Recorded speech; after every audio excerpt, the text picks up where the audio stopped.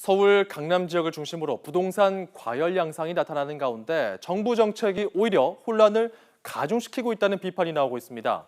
추가 부동산 규제를 한다는 건지 아닌 건지 혼란스럽다는 반응인데요. 이대건 기자와 함께 자세히 짚어보겠습니다. 자, 어제 오늘 부동산 관련 기사들을 쭉 살펴보면요. 네. 정부가 이전보다 좀 더 강력한 부동산 규제에 나설 것이라는 내용이 많습니다. 네, 그렇죠. 구체적으로 보면은 투기 과열 지구 지정을 검토한다. 이런 얘기까지 나왔죠. 네, 투기 과열 지구 정말 오랜만에 들어보는 말인데요. 먼저 투기 과열 지구가 무엇인지부터 알아보겠습니다. 주택법상 투기 과열 지구는 주택 가격 상승률이 물가 상승률보다 현저히 높은 곳이나 주택 가격과 청약 경쟁률 등을 고려할 때 투기가 성행하거나 성행할 우려가 큰 곳에 지정할 수 있습니다. 이렇게 하면 실수요자가 아닐 경우 청약을 하지 못하게 해 투기 세력의 개입을 차단할 수 있는 강력한 조치라고 할 수 있습니다. 지난 2000년 초 집값이 급격히 올랐을 때 도입됐다가 2010년 말 강남 3구 해제를 끝으로 현재는 지정된 곳이 아예 없는 상태입니다. 이제 와서 또다시 투기 과열지구 얘기가 나온다는 건 그만큼 현재 상황이 좋지 않다는 의미잖아요. 네. 그런데 이 정부가 투기 과열지구 지정을 검토하겠다고 공식적으로 밝힌 건가요?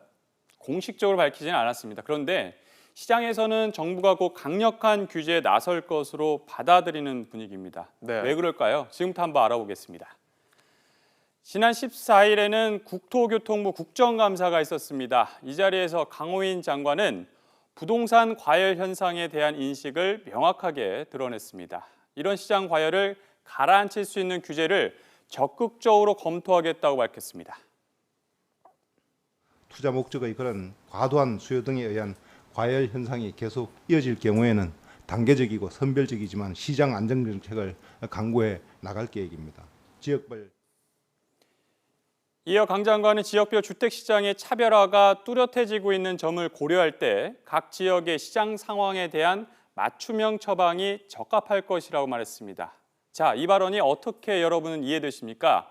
시장에서는 정부가 곧 부동산 규제에 나설 것이고 구체적인 여러 정책 가운데 강남 3구에 대한 투기 과열지구 지정이 유력할 것이라는 반응까지 보였습니다. 그런데 사태가 커지자 국토교통부가 즉각 해명자를 냈습니다. 과열 대응책 추진 여부는 결정된 바가 없다는 내용입니다. 아니 지금 그 국토교통부 장관의 말을 들어보면은 뭔가 확실한 부동산 규제에 나설 것처럼 이야기하는 것 같은데 네, 그렇죠. 이후에 국토부 해명은 또 그렇지 않다고 하잖아요. 이거 어떻게 봐야 되는 겁니까? 네, 시장에서는 이런 상황을 두고 혼란스럽다는 반응을 보이고 있습니다. 그런데 이런 상황이 최근에 또 있었습니다. 지난 13일 기획재정부 국정감사에 참석한 유일호 경제부총리가 한 말이 지금도 논란이 되고 있습니다. 현재 부동산 규제 가운데 지금보다 더 확실한 금융 규제를 검토할 수 있다는 말 때문입니다. 이 강남의 이 청약이 과열되는 부분에 대해서는 손을 좀 봐야 되는 걸 검토해야 될 시기가 아닌가. 집단 대출 가이드라인 도입 같은 것도 앞으로의 그 대책에 필요하다면 집어넣을 포함시킬 수 있겠다 이런 생각을 합니다. 그러니까 이런 것들. 여기서 중요한 것은 질의를 한 김광림 의원이 여당 정책위 의장을 맡고 있다는 사실입니다. 정부가 강력한 규제에 나서야 한다는데 더욱 무게가 실리는 이유인데요. 유일호 부총리 발언 이후 기획재정부가 또다시 관련 입장을 내놨는데 규제를 한다, 안 한다가 아니라 부동산 과열이 전국적인 현상은 아니다라는 원론적인 입장입니다.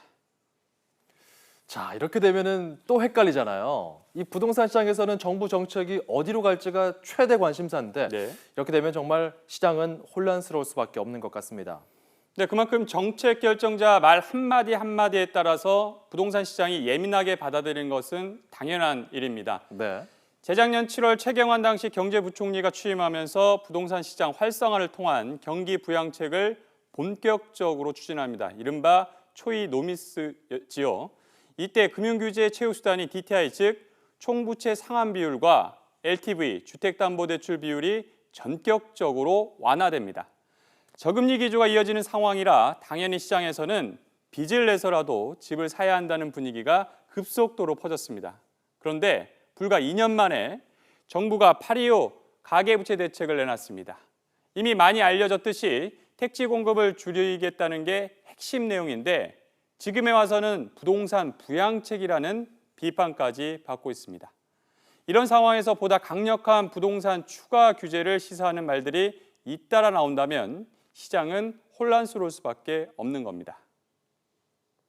수요자 입장에서는 투기 목적의 과도한 수요가 분양시장에 유입되고 있기 때문에 이런 부분에 대한 정부 정책의 방향성을 제시해서 시장의 신뢰를 쌓는 것이 중요한 포인트라고 보여집니다. 가장 중요한 것은 정부 정책에 대한 신뢰입니다. 신뢰는 다른 데서 오는 게 아니라 시장에서 충분히 예측 가능한 정책이 나올 경우 저절로 따라오는 겁니다. YTN 이다운입니다.